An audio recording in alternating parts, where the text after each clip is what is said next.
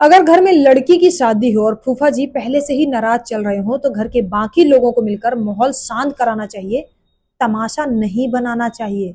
कुछ ऐसा ही वाकया हाल ही में देखने को मिल गया एआई समिट में, जहां इंडियन यूथ कांग्रेस के कुछ सदस्य शर्टलेस होकर पहुंच गए।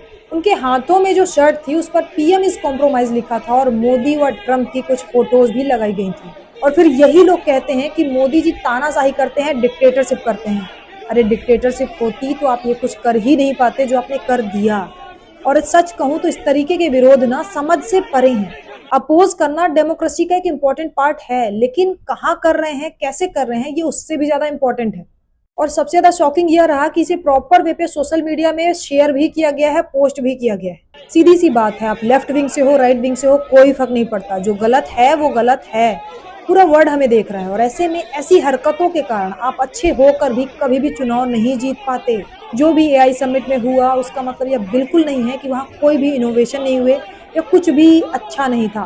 कोई भी ये नहीं कह सकता कि पूरा कॉन्सेप्ट या पूरा प्रोग्राम बेकार था। अगर कहीं थोड़ा बहुत मिसमैनेजमेंट हुआ तो यह मान लेना कि ये सब कुछ जानबूझकर किया गया है, पूरी तरह से बेसलेस बात है। मैं खुद चाहती हूँ कि विपक्ष मजबूत हो और डेमोक्रेसी में अपोजिशन का स्ट्रांग होना बहुत इंपॉर्टेंट है। लेकिन मजबूती ये चिल्लाने से नहीं आएगी, गंभीर मुद्दों पे क्वेश्चन करने से आएगी।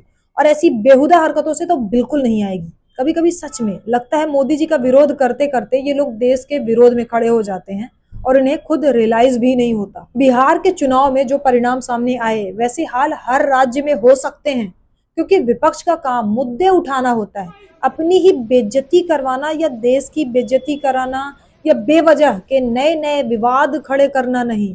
और यह बात विपक्ष को समझनी चाहिए कि क्या बोलना है, कैसे बोलना है और कहाँ बोलना है। जय हिंद, जय भारत।